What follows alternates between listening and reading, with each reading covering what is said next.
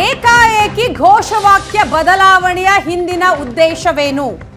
ಜ್ಞಾನ ದೇಗುಲವಿದು ಕೈ ಮುಗಿದು ಒಳಗೆ ಬನ್ನಿ ಅಂತ ಇದ್ದಂತಹ ಘೋಷವಾಕ್ಯವನ್ನ ಬದಲು ಮಾಡಲಾಗಿದೆ. ಇದರ ಹಿಂದಿನ ಉದ್ದೇಶ ಏನು? ಸಮಾಜ ಕಲ್ಯಾಣ ಇಲಾಖೆಯ ಅಧಿಕಾರಿಗಳ ಸೂಚನೆ ಯಾಕಾಗಿ ಜ್ಞಾನ ದೇಗುಲವಿದು ಧೈರ್ಯವಾಗಿ ಪ್ರಶ್ನಿಸಿ ಅಂತ ಬದಲಾವಣೆಯಾಗಿದ್ಯಾಕೆ? ಗುಲಾಮಗಿರಿ ಪದ ತೆಗೆಯಲು ರಾಜ್ಯ ಸರ್ಕಾರದ ಸೂಚನೆ ಅಂತೆ. ಜ್ಞಾನ ದೇಗುಲವಿದು ಕೈ ಮುಗಿದು ಒಳಗೆ ಬನ್ನಿ ಗುಲಾಮಗಿರಿಯ ಪದವೇ? ಕೈ ಮುಗಿದು ಒಳಗೆ ಬನ್ನಿ ಗುಲಾಮಗಿರಿ ಪದ ಅಂತ ಉಲ್ಲೇಖ ಆಗಿದೆ. ಜ್ಞಾನ ದೇಗುಲಕ್ಕೆ ವಿದ್ಯಾರ್ಥಿ ಕೈ ಮುಗಿಯುವುದೇ ತಪ್ಪ ಹಾಗಾದರೆ ಅನ್ನುವ ಪ್ರಶ್ನೆಯೂ ಕೂಡ ಈಗ ಮೂಡುತ್ತೆ. ಕಾರಣ ಸರ್ಕಾರದ ಈ ನಿರ್ಧಾರ.